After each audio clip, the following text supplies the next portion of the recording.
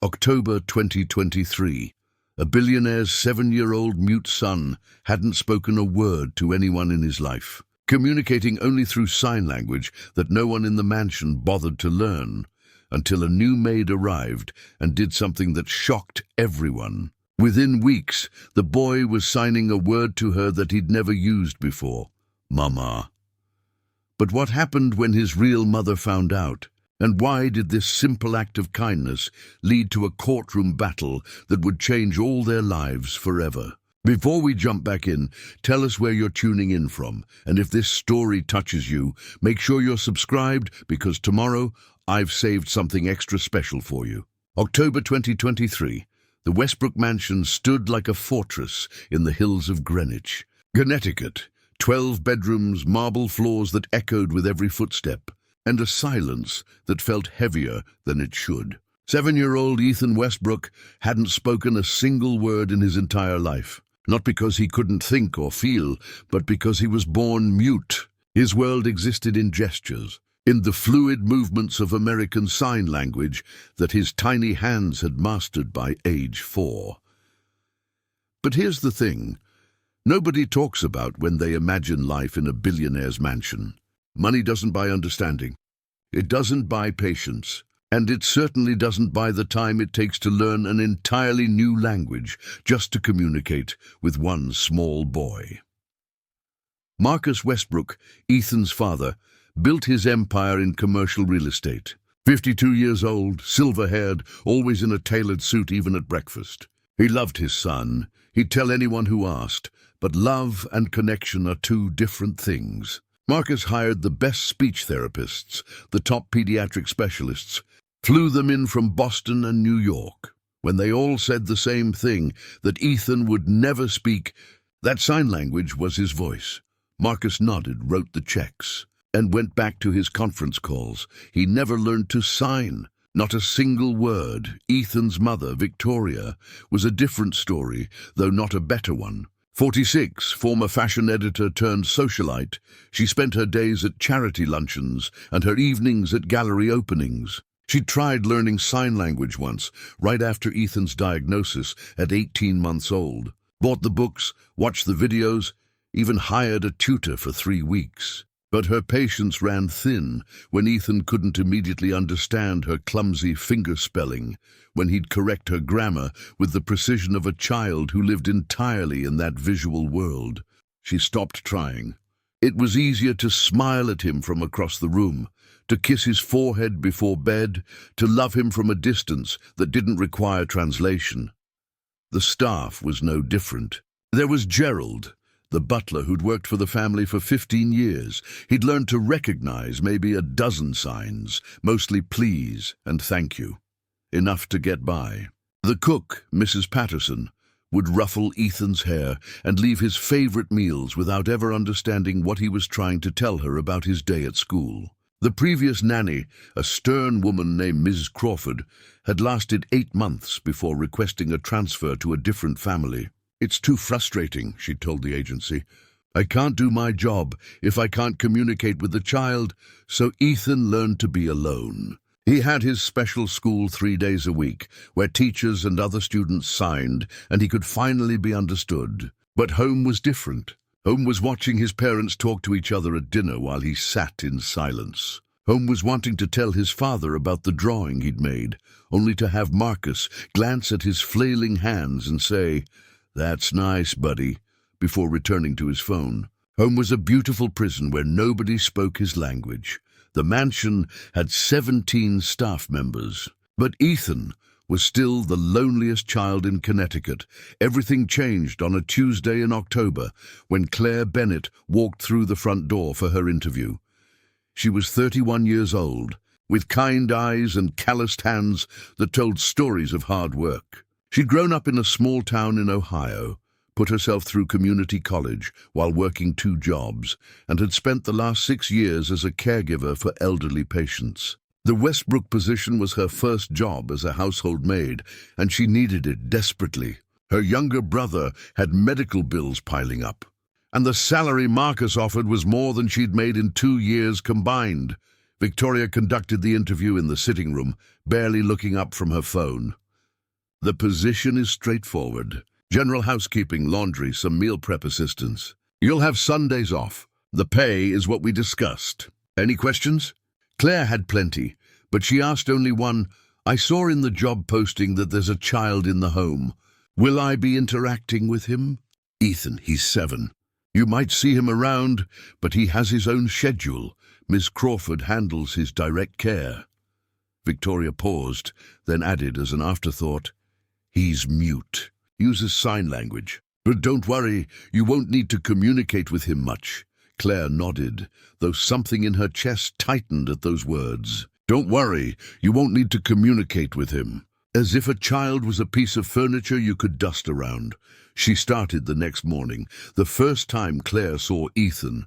He was sitting in the conservatory, surrounded by plants his mother kept but never watered. He was drawing in a sketchbook, his small fingers gripping a charcoal pencil with intense concentration. She was carrying fresh linens to the upstairs closet when she passed the open door.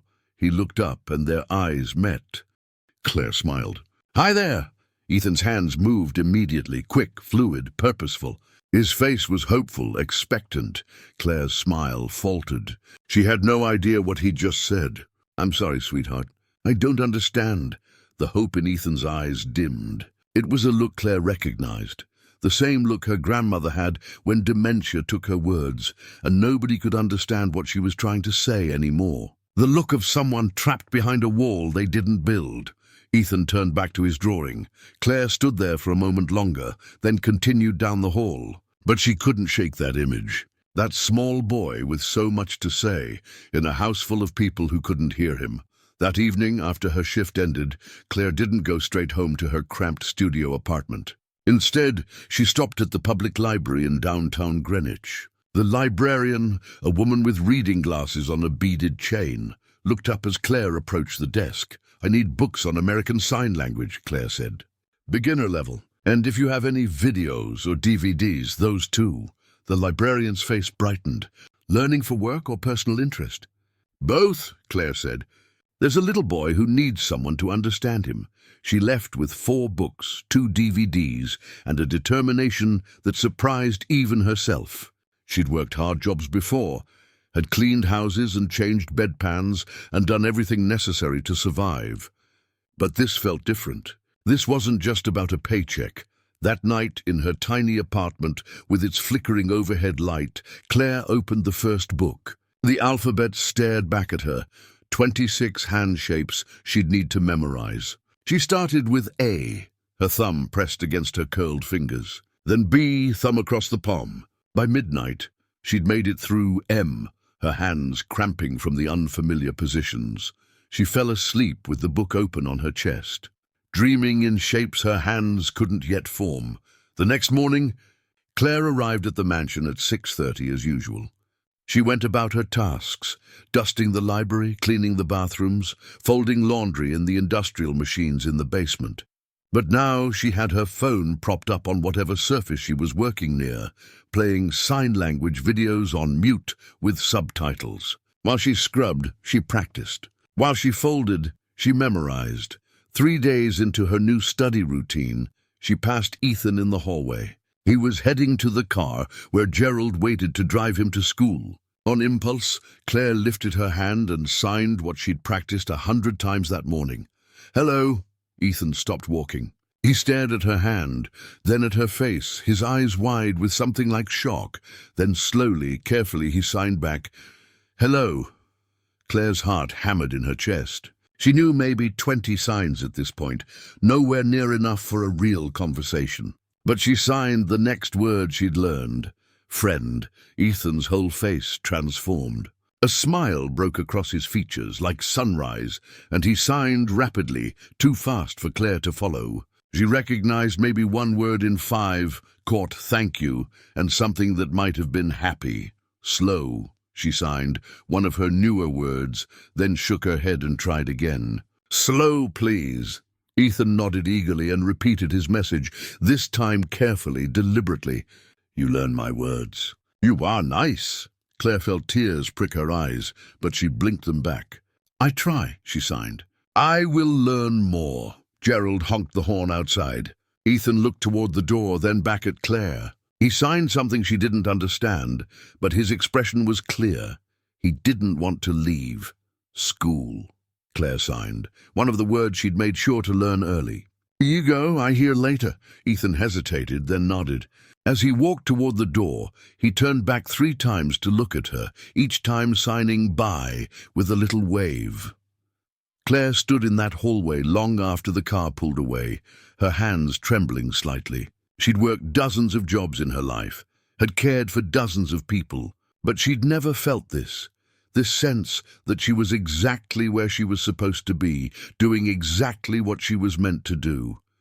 That evening, she didn't just go to the library. She ordered 3 more books online, signed up for a virtual ASL course that cost half her week's salary, and stayed up until 2 in the morning, practicing conversations with herself in the bathroom mirror, because somewhere in that massive mansion was a little boy who'd been waiting his whole life for someone to learn his language, and Claire Bennett had decided that someone would be her.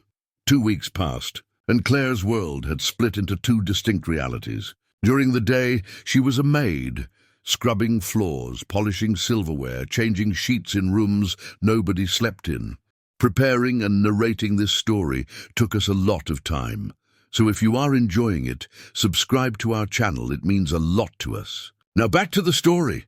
But every spare moment belonged to sign language. She practiced while waiting for laundry cycles to finish. She studied during her lunch break in the staff kitchen. She watched videos on her phone propped against the baseboards while she vacuumed, the other staff noticed. Mrs. Patterson caught her signing to herself while organizing the pantry and asked if she was practicing some kind of meditation. Gerald spotted the ASL dictionary tucked in her cleaning caddy and raised an eyebrow, but said nothing. Only Ms. Crawford, Ethan's nanny, seemed bothered by it. It's a waste of time, Ms. Crawford said one afternoon in the kitchen, loud enough for Claire to hear. She was a woman in her late 50s with sharp features and an even sharper tone. I've been with the boy for 8 months. You learn to work around the communication barrier. He understands pointing and basic gestures well enough. Claire bit her tongue and continued wiping down the counters. She'd learned early in life that some battles weren't worth fighting with words. She'd let her actions speak instead. The real progress happened in stolen moments with Ethan. He'd started seeking her out, appearing in whatever room she was cleaning, his sketchbook tucked under his arm. At first, they'd just exchanged simple greetings. Good morning. How are you? What are you drawing? Her signs were clumsy and slow, but Ethan never showed impatience. Instead, he'd correct her gently, reshaping her fingers into the proper positions, his small hands guiding hers with the precision of a teacher twice his age. One Thursday afternoon, Claire was dusting the study when Ethan found her. He'd just come home from school, his backpack still on his shoulders. He signed rapidly, excitedly, and Claire caught maybe half of it, something about his class, a project, a friend. Slow, please, she signed, smiling. My signs are still baby. Ethan grinned at her self-deprecating description, then carefully repeated his message. He'd built a model solar system in class. His teacher said his Saturn was the best one. His friend Jackson, he fingerspelled the name, helped him with the rings. Amazing, Claire signed, then paused. She'd learned a new word last night, specifically for this kind of moment. Proud. I am proud of you. Ethan's eyes went wide. For a moment he stood completely still. Then he launched himself at her, wrapping his arms around her waist in a fierce hug. Claire dropped the dustcloth and hugged him back, feeling his small body shake slightly. When he pulled away, his eyes were wet. He signed something she'd seen before but hadn't quite understood. She thought it might be thank you, but it seemed more complex than that. What means? She signed, pointing to his hands. Ethan thought for a moment, then ran to the desk. He grabbed a piece of paper and drew quickly, a stick-figure child and a larger figure beside it. He pointed to himself, then to Claire, then signed the phrase again. Claire pulled out her phone and opened her ASL dictionary app, trying to describe what she'd seen. The app suggested, "You see me?" Her throat tightened. In a house full of people, this little boy felt invisible until someone learned his language. She knelt down to his level. "I see you," she signed carefully. "I always see you." Ethan hugged her again, and this time Claire felt her own eyes burning with tears. That night, Victoria Westbrook came home from a charity dinner earlier than expected. She walked through the foyer calling for Ms. Crawford, her heels clicking on the marble. When the nanny didn't immediately appear, Victoria wandered toward the conservatory where light still glowed. She stopped in the doorway. Frozen by the scene before her, Ethan sat cross-legged on the floor next to Claire, who was supposed to have left an hour ago. They had a picture book spread between them, and their hands were moving in constant conversation. Ethan would point to something on the page, sign rapidly, and Claire would respond, slowly, imperfectly, but unmistakably communicating. Ethan was laughing, actual physical laughter she could hear, at something Claire had just signed. Victoria hadn't heard her son laugh like that in months. Claire noticed her first. She immediately stood up, her face flushing. "Mrs. Westbrook, I'm sorry, I know my shift ended. What are you doing?" Victoria's voice was flat, unreadable. Ethan wanted to show me his book from school, and we were—" Claire's hands twisted together nervously. Victoria's eyes moved from Claire to her son. Ethan was signing something to her, his hands moving with desperate speed. Victoria had no idea what he was saying. She'd forgotten most of the signs she'd learned years ago, and shame crept hot up her neck. "Ethan, it's bedtime," she said aloud, her voice artificially bright. "Ms. Crawford will take you up." Ethan's face fell. He signed to his mother again, pointing to Claire, his expression pleading. "I don't understand, sweetheart." Victoria's voice cracked slightly on the words. "Please, just go upstairs." Ethan looked at Claire, who signed something Victoria couldn't follow. The boy nodded sadly and trudged out of the room, his shoulders slumped. An uncomfortable silence stretched between the two women. "You learned sign language," Victoria finally said. "It wasn't a question. I'm learning it," Claire corrected softly. "I'm not fluent yet, but I'm trying. Why?" The question hung in the air. Claire could have said a dozen diplomatic things. Instead, she told the truth. "Because he's a little boy who has things to say, and nobody in this house understands him." "That's not right." Victoria's perfectly composed face twitched. "We've given him everything. The best schools, the best therapists, everything except someone who speaks his language," Claire said quietly. Then, realizing she'd overstepped, she added, "I apologize, Mrs. Westbrook, that wasn't my place." Victoria stood there for a long moment, her designer dress suddenly feeling too tight. She thought about the ASL tutor she'd hired 7 years ago, the book she'd abandoned after 3 weeks. The countless times Ethan had tried to tell her something, and she'd smiled and nodded and had no idea what he'd said. "Teach me," Victoria said suddenly. Claire blinked. "I'm sorry. Teach me sign language, or teach me what you know, at least." Victoria's voice was stronger now, more certain. "How long have you been learning?" "About 2 weeks." Victoria let out a bitter laugh. 2 weeks, and you can have a conversation with my son. I gave up after 3. She met Claire's eyes. "I want to try again. Will you help me?" Claire's heart hammered. "Of course. I'd be honored." They started that weekend. Every Saturday morning, Victoria would meet Claire in the library for an hour before Ethan woke up. Claire taught her what she'd learned, the alphabet, basic phrases, common words. Victoria was frustrated by how much she'd forgotten, embarrassed by her clumsy finger shapes. But she kept showing up. The first time Victoria successfully signed, "Good morning, how did you sleep?" To Ethan at breakfast, the boy stared at her in shock. Then he signed back carefully, his response simple enough for his mother to understand. "Good. Happy you ask." Marcus noticed the change at dinner that Friday.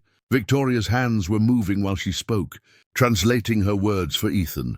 The boy was engaged, animated, signing responses that Victoria struggled through but managed to interpret. "What's going on?" Marcus asked, looking between them. "I'm learning to talk to our son," Victoria said simply. Marcus shifted uncomfortably. That's good. You could learn too," she suggested, her tone careful. "I don't have time for Dad." Victoria rarely interrupted him. "He's 7 years old. How much time do you think we have before he stops trying to talk to us?" The words landed like a punch. Marcus looked at Ethan, really looked at him, and saw his son watching him with those hopeful, intelligent eyes. Eyes that had been watching him for 7 years, trying to communicate, slowly giving up. "Okay," Marcus said quietly. "Okay, show me how to say I love you." Victoria's eyes filled with tears as she demonstrated the sign. Marcus copied it, his movements stiff and uncertain. He turned to Ethan and signed it slowly. Ethan's face lit up like the sun. He signed back rapidly, too fast for Marcus to follow. But Victoria translated, "He says he loves you too, and he's happy you're learning. And he wants to show you his drawings from school." Marcus nodded, not trusting his voice. "I'd like that. I'd really like that." That night, after Ethan was in bed, Marcus found Claire in the hallway as she was preparing to leave. "Miss Bennet," he called. Claire turned, nervous. "Yes, Mr. Westbrook?" "Thank you," he said, "for seeing what we were too blind to see." Claire didn't know what to say to that, so she simply nodded. As she drove home that night in her 15-year-old Honda, Claire thought about the family she'd somehow become part of.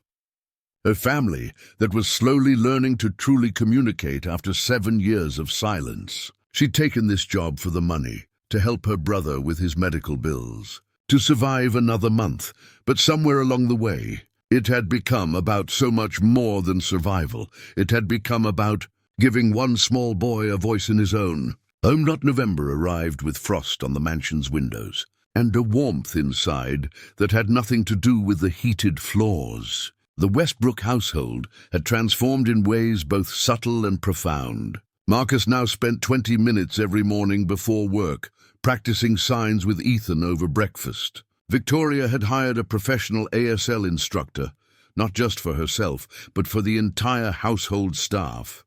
Mrs. Patterson learned to ask Ethan what he wanted for dinner and actually understood his response. Gerald practiced in the car during drives to school, surprising Ethan one morning by signing, "What music do you want to listen to?" Even the gardener, a quiet man named Tom, who'd worked for the family for a decade, started learning basic phrases, but Ms. Crawford refused. "I've managed perfectly fine without it," she said, during a staff meeting where Victoria had suggested everyone take the ASL classes together. "The boy understands pointing and gestures. We have a system that works." Claire, sitting at the far end of the table, kept her expression neutral. But she'd noticed how Ethan had started avoiding Miss Crawford, how he'd look for Claire whenever he needed something. Even though Claire was a maid and Miss Crawford was his assigned caregiver, the tension came to a head on a Wednesday afternoon. Claire was cleaning the upstairs hallway when she heard crying. Not loud, but the muffled, desperate kind that kids do when they're trying to be quiet. She followed the sound to Ethan's room, where she found him curled up on his bed, his whole body shaking with sobs. Miss Crawford stood nearby, her arms crossed, her face impassive. "He's just being dramatic. He doesn't want to do his homework." Claire's hands moved before she could think. "What's wrong?" She signed to Ethan. The boy sat up immediately, his face wet with tears. His hands flew, signing so fast that Claire struggled to keep up. She caught fragments, something about his stomach, pain, feeling sick. "He says his stomach hurts," Claire said to Miss Crawford. "He's not feeling well." Miss Crawford rolled her eyes. "He said the same thing yesterday when he didn't want to practice his writing." "It's a manipulation tactic." Claire knelt beside Ethan's bed. "Where hurts?" She signed slowly. Ethan pointed to his lower right side, his face contorted with pain. Claire's nursing training from her years as a caregiver kicked in immediately. Lower right abdominal pain in a child, sudden onset, accompanied by tears. This wasn't manipulation. "How long?" She signed. Ethan held up fingers. 3, then 4 more. 7 hours. He'd been in pain since before lunch. Claire stood up, her voice firm. "Miss Crawford, he needs to see a doctor now." "Oh, for heaven's sake, lower right abdominal pain for 7 hours in a child his age could be appendicitis." Claire was already pulling out her phone. "I'm calling Mrs. Westbrook." Miss Crawford's face reddened. "You're overstepping your—" But Claire was already dialing. Victoria answered on the second ring, and Claire explained the situation quickly. 10 minutes later, Victoria burst through the front door, Marcus right behind her. They'd both left work immediately. At Greenwich Hospital's emergency room, the doctors confirmed what Claire had suspected: acute appendicitis. Ethan needed surgery within the next few hours. As they prepped him for the operating room, he was crying again, his hands signing frantically to Victoria. "I don't understand, baby," Victoria said, her voice breaking. "Please, slow down." Claire appeared beside them. She'd ridden in the ambulance, despite Miss Crawford's protests that it wasn't appropriate for the maid to be there. "May I?" she asked Victoria. Victoria nodded gratefully. Claire took Ethan's hand. "Tell me," she signed. Ethan's signs were shaky but clear. "Scared. Don't want to sleep. What if I don't wake up?" Claire's heart broke. She looked at Victoria. "He's scared of the anesthesia. He's afraid he won't wake up." Victoria immediately took Ethan's other hand, signing carefully. "You will wake up. I promise. We will be here." Marcus moved closer, adding his own signs, clumsy but sincere. "I love you. You are strong." Ethan's crying slowed. He signed to Claire. "You stay. I'll be right here when you wake up." Claire signed back. "I promise." The surgery was successful.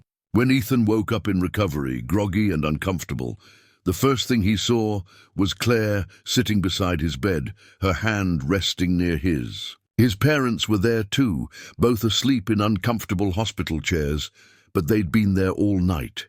Ethan's hand moved weakly, forming a sign. Claire leaned closer to see it clearly.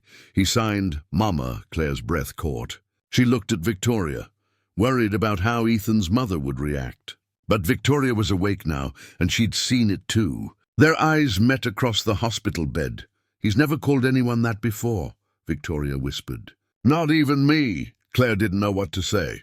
"Mrs. Westbrook, I didn't mean to." Victoria shook her head, tears streaming down her face. No, you don't understand." She looked at her son, then back at Claire. "I was his mother, but I wasn't speaking his language. You did what I should have done 7 years ago." Ethan signed again, more insistently. "Mama." This time he pointed clearly at Claire. "It's okay," Victoria said to Claire, her voice thick with emotion. "Let him call you that. God knows you've earned it more than I have." "That's not true," Claire said firmly. "You're learning. You're trying. That matters more than you know." Over the next 3 days in the hospital, something shifted. Victoria spent every moment she could with Ethan, practicing her signs, reading to him in ASL, learning medical terms so she could communicate with his doctors alongside him. Marcus took time off work, the first time in 5 years, and brought Ethan's favorite books and toys from home. But it was Claire who Ethan reached for when he was in pain. Claire who could calm him down when he was frustrated with the IV in his arm. Claire who understood his jokes and his fears and his questions about why his stomach had betrayed him. On the 4th day, they came home. Miss Crawford was waiting in the foyer with a tight smile. "Welcome back. I've prepared his room for recovery." Victoria stopped in the doorway. She'd been thinking about this moment since the hospital, turning it over in her mind. "Miss Crawford, could we speak in the study, please?" 10 minutes later, Miss Crawford emerged with her face flushed and angry. She walked straight past Claire without a word, went upstairs, and began packing her belongings. By evening, she was gone. That night, Victoria found Claire in the kitchen. "I let Miss Crawford go," she said, without preamble. Claire's stomach dropped. "Because of me?" "Mrs. Westbrook, I never meant to." "Because she refused to learn how to communicate with my son," Victoria interrupted. "Because when he was in pain, she dismissed him. Because in 8 months she never once tried to truly understand him." She paused. "I'd like to offer you her position. Double your current salary, full benefits, and I'll cover any ASL courses you want to take. You'd be Ethan's primary caregiver." Claire stared at her. "I'm not qualified. I'm a maid, not a nanny. You learned an entire language in a month because a child needed someone to understand him," Victoria said. "That's the only qualification that matters." Claire thought about her brother's medical bills, about the tiny apartment and the 3 jobs she'd worked before this one.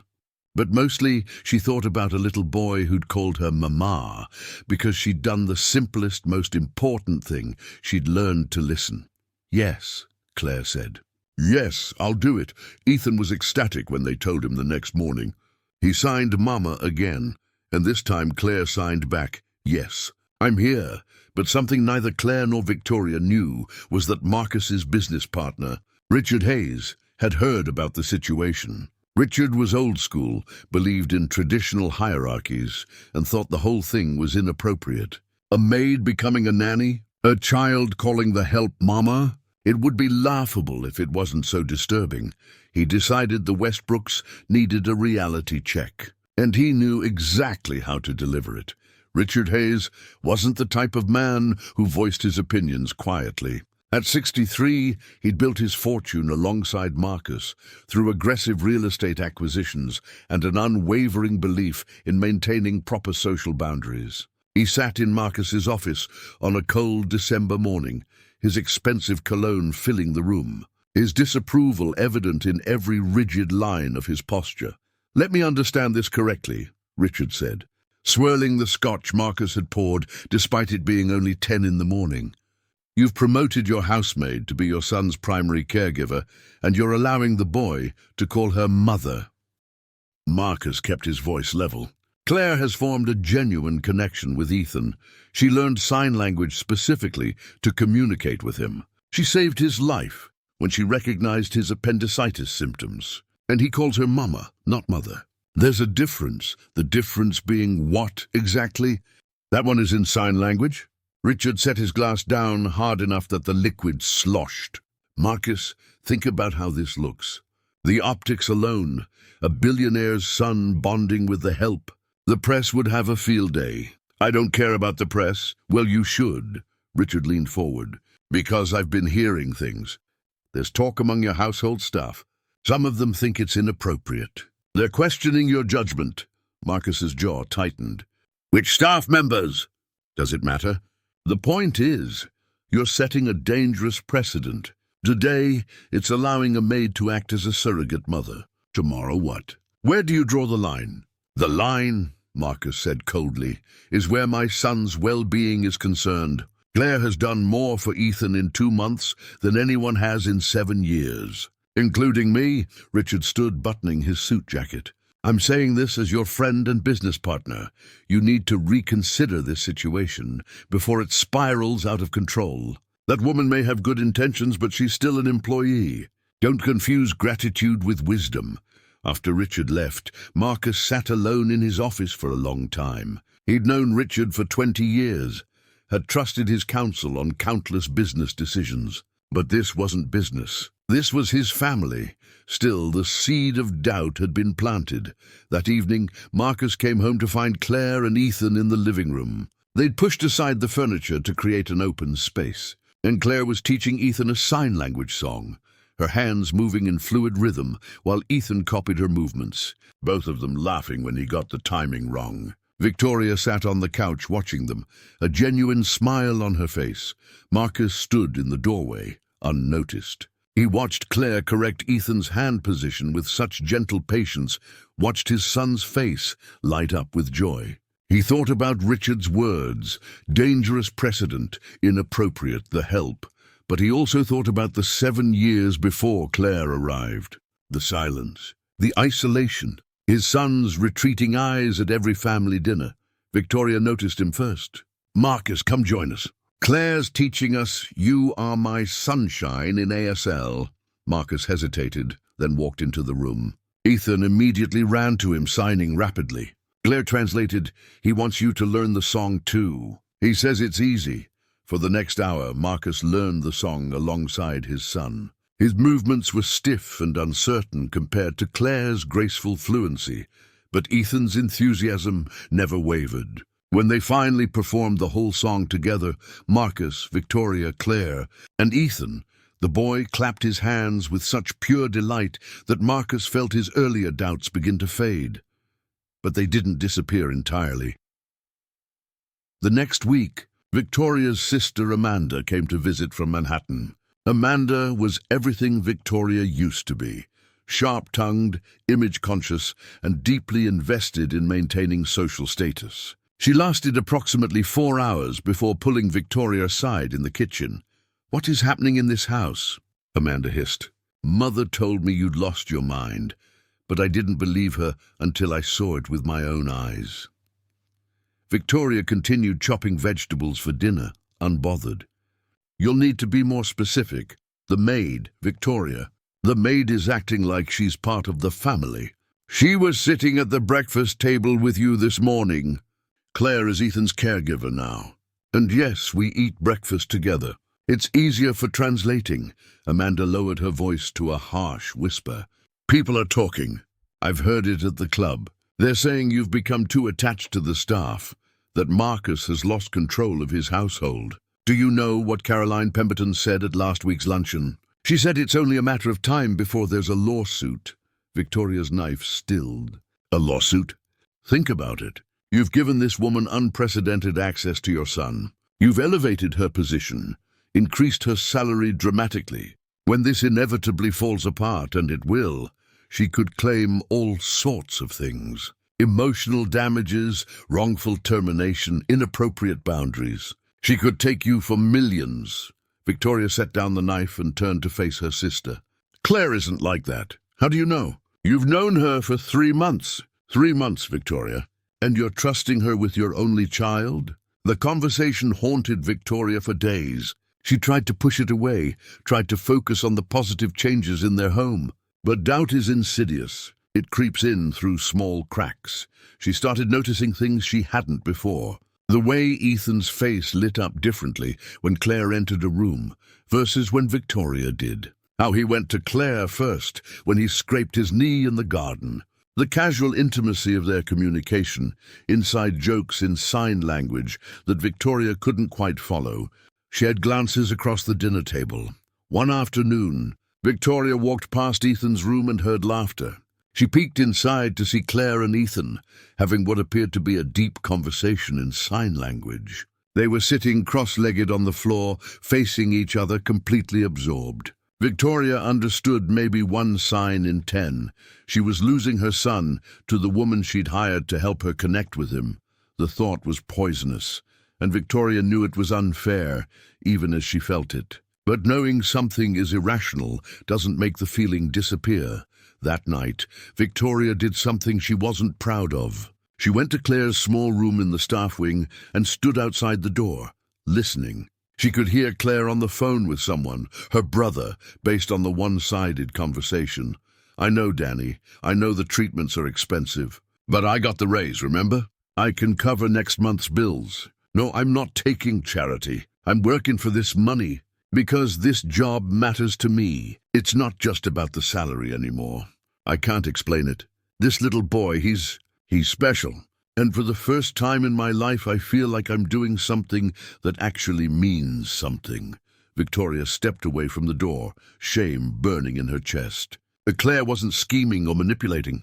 She genuinely cared about Ethan, but that realization somehow made it worse. Because if Claire truly loved him, and it was becoming clear she did, what did that make Victoria? The mother who'd given up after 3 weeks? The woman who'd needed a maid to teach her how to communicate with her own son? The tension reached its breaking point on Christmas Eve. The Westbrooks were hosting their annual holiday party, 50 guests, catered dinner, champagne flowing freely. Claire had offered to stay with Ethan upstairs since large parties overwhelmed him, and both Marcus and Victoria had gratefully agreed. Midway through the evening, Richard Hayes cornered Marcus in the study. He'd brought someone with him, a sharp-eyed woman in her 40s named Dr. Patricia Morrison. "Marcus, I'd like you to meet Dr. Morrison. She's a child psychologist specializing in attachment disorders." Marcus's guard went up immediately. "I didn't realize we were having a professional consultation at my Christmas party." "Just hear her out," Richard insisted. Dr. Morrison's voice was clinical, detached. "Mr. Westbrook, I've been briefed on your situation. While I understand your caregiver has good intentions, I'm concerned about the attachment your son has formed. Children, especially those with communication challenges, can form intense bonds with caregivers that may not be healthy long-term. Claire is excellent with Ethan. I don't doubt her competence. But calling her mama? That's a significant psychological boundary being crossed. Your son may be confused about familial roles, which could lead to identity issues, abandonment trauma if she ever leaves, or difficulty forming appropriate relationships later in life. Marcus felt his world tilting. Are you saying we should let her go? I'm saying you should consider establishing clearer boundaries. Perhaps reduce her hours. Ensure she's not the primary attachment figure. Your son needs to understand that his parents are his parents and employees are employees. After they left, Marcus stood alone in his study, nursing a drink he didn't want. Through the window, he could see into Ethan's room, where Claire and his son were reading together. Ethan was smiling, signing animatedly. Claire responded with equal enthusiasm. It looked perfect. It looked like love, but was Dr. Morrison right? Were they damaging Ethan by allowing this bond to deepen? Were they being naive, reckless parents who'd let gratitude cloud their judgment? Marcus drained his glass and made a decision. After the holidays, they would need to have a serious conversation about Claire's role in Ethan's life. For his son's sake, they needed to establish boundaries before someone, Ethan, Claire, or the family itself, got hurt. He just didn't know that by the time he had that conversation, it would already be too late. January brought bitter cold and a conversation that had been building since Christmas. Marcus and Victoria sat across from Claire in the study on a grey Tuesday morning. Ethan was at school. The house felt too quiet. Claire, we need to discuss some concerns, Marcus began, his voice carefully neutral. Claire's hands folded in her lap. She'd sensed the shift. The way Victoria had been watching her lately, the subtle distance Marcus had started maintaining. Of course. Victoria spoke next, her words rehearsed. We've been consulting with a child psychologist. She's raised some questions about the attachment Ethan has formed with you. Attachment? Claire's voice was steady, but her heart raced. The fact that he calls you Mama, Marcus said. Dr. Morrison believes it could be confusing for him developmentally. That we need to establish clearer boundaries between family and employees. The word hung in the air like a slap. After 4 months of eating meals together, learning together, becoming something that felt like family, she was still just an employee. What are you asking me to do? Claire asked quietly. Victoria's composure cracked slightly. We're not letting you go. We want you to stay, but perhaps in a more traditional caregiver role. Set hours, professional distance. No more family dinners or weekend outings. And we'd need to correct Ethan when he calls you Mama. Claire felt something break inside her chest. You want me to reject him. We want to protect him, Marcus said firmly. If you leave someday, which inevitably you will, the loss could be devastating if he sees you as a mother figure. So instead, you want him to lose me now while I'm still here. Claire's voice rose, despite her efforts to stay calm. You want me to suddenly create distance, stop responding to him, become cold and professional. Do you have any idea what that will do to him? We're his parents, Victoria said, tears forming. We're trying to do what's best, then do what's best. Claire stood abruptly. What's best is that he finally has people who understand him. What's best is that he's happy for the first time in his life. What's best is that you learned his language and became the parents he needed. But now you're going to undo all of that because some psychologist who's never met Ethan thinks there are boundaries being crossed. Marcus's face hardened. You're out of line. No, you are. Claire's hands were shaking. I love that boy. Not because he's your son or because you pay me. I love him because he's brilliant and funny and brave. And yes, he calls me Mama because I learned to listen to him when nobody else would. If that makes you uncomfortable, fire me. But don't ask me to break his heart slowly, just to make yourselves feel better. Silence filled the room. Victoria was crying openly now. Marcus looked like he'd been struck. Get out, Marcus said quietly. Claire grabbed her bag and left, her vision blurred with tears. She made it to her car before she completely fell apart. 3 hours later, Ethan came home from school. He dropped his backpack in the foyer and signed to Gerald. "Where's Mama Claire?" Gerald, uncomfortable, said aloud, "She's not here today, buddy." Ethan's face fell. He ran through the house calling for her, not with his voice, but with his hands, signing her name over and over. He checked the kitchen, the library, the conservatory. Finally, he found his parents in the study. His hands moved frantically. "Where is Claire? Why isn't she here? Did something happen?" Victoria knelt down, signing carefully. "She's at home. She's fine.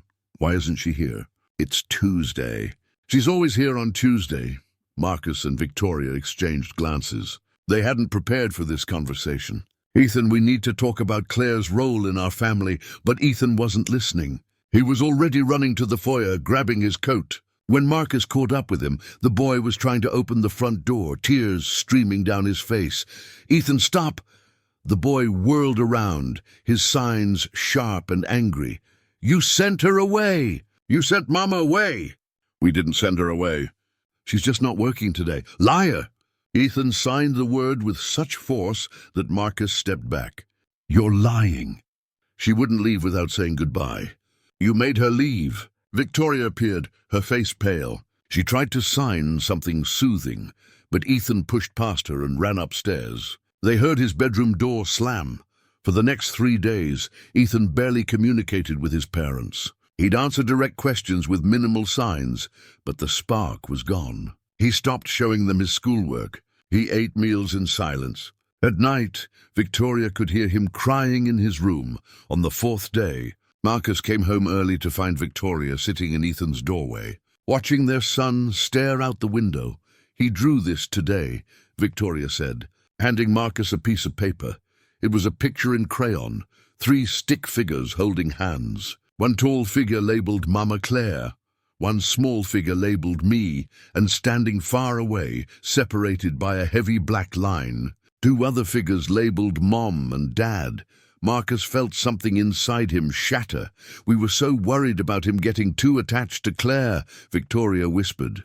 "We never considered that we were the ones who weren't attached enough. We learned his language, Marcus, but she learned his heart. That night they made a decision." Claire answered her door at 9 p.m. to find Marcus and Victoria standing in the hallway of her apartment building. She almost closed the door on them. "Please," Victoria said. "Please just listen." They stood in her tiny living room, so different from their mansion, and Marcus spoke first. "We were wrong. We were scared and prideful, and we let other people's opinions matter more than our son's happiness." He paused, his voice breaking. "He won't talk to us. He drew a picture today that showed us exactly how he sees our family, and we're on the outside looking in." "We're not asking you to come back as an employee," Victoria added. "We're asking you to come back as part of our family. Really part of it. No boundaries, no professional distance, just be his Mama Claire, the way you've always been." Claire's eyes filled with tears. "And what happens when your friends judge you? When Richard Hayes whispers at parties? When the next psychologist says it's inappropriate?" Marcus met her eyes. "Then they can go to hell. All of them. My son needs you. We need you." "I need to hear it from Ethan," Claire said firmly. "I need to know he wants me there." 20 minutes later, they pulled up to the mansion. Claire walked upstairs to Ethan's room and knocked softly. When there was no answer, she opened the door. Ethan was in bed, facing the wall. Claire sat on the edge of his mattress and waited. Slowly, the boy turned over. When he saw her, his eyes went wide. Claire signed, "I'm sorry I left. Your parents didn't send me away. We had a disagreement and I walked out. That was wrong. I should have stayed and fought harder." Ethan sat up, his hands moving hesitantly. "Are you leaving forever?" "No," Claire signed. "Not unless you want me to. Never want you to leave. Never." "Then I'm staying." "If it's okay with you, I'm staying." Ethan threw himself into her arms, sobbing. Claire held him tight, signing against his back. "I love you. I will always love you. That doesn't change." When she finally looked up, Marcus and Victoria stood in the doorway. Victoria was crying again, but this time she was smiling. Over the following weeks, the household found its new normal. Claire moved into a larger room in the main house. She joined the family for every meal, every outing, every decision about Ethan's care. When they introduced her to people, Victoria would say, "This is Claire. She's Ethan's other mother." The whispers continued at Marcus's business dinners. Amanda stopped calling Victoria. Some of their society friends made excuses to decline invitations, but in the conservatory, where Ethan had once sat alone, 3 people now gathered every evening, a boy and his 2 mothers, their hands moving in fluid conversation, their laughter filling the spaces that had once held only silence. Richard Hayes confronted Marcus one final time at the office. "You're making a mistake. This will end badly." Marcus looked at his former friend and business partner. "The only mistake I made was listening to people who thought they knew my son better than he knows himself. Claire isn't replacing anyone. She's completing our family in a way we didn't know was possible. And when she wants more, when she asks for money or rights then we'll handle it like family," Marcus interrupted. "Because that's what she is." 6 months later, Claire legally changed her last name to Westbrook, not through marriage or adoption, through a process that recognized her as Ethan's 3rd parent. It was complicated legally, unprecedented in Connecticut, and required multiple court appearances. But on the day the judge finalized it, Ethan stood between Victoria and Claire in the courtroom, holding both their hands. When the judge asked if he understood what this meant, Ethan signed clearly, "I have 2 mamas now. I'm lucky." The judge, who'd taken the time to learn basic ASL for this case, signed back, "Yes, you are." That evening, the Westbrook family celebrated with pizza in the conservatory. Marcus, Victoria, Claire, and Ethan. They didn't invite anyone else. They didn't need anyone else. Ethan signed to the group, "Tell me again how Mama Claire learned sign language." Victoria smiled and began the story they'd told 100 times now. "Well, there was a little boy who needed someone to understand him."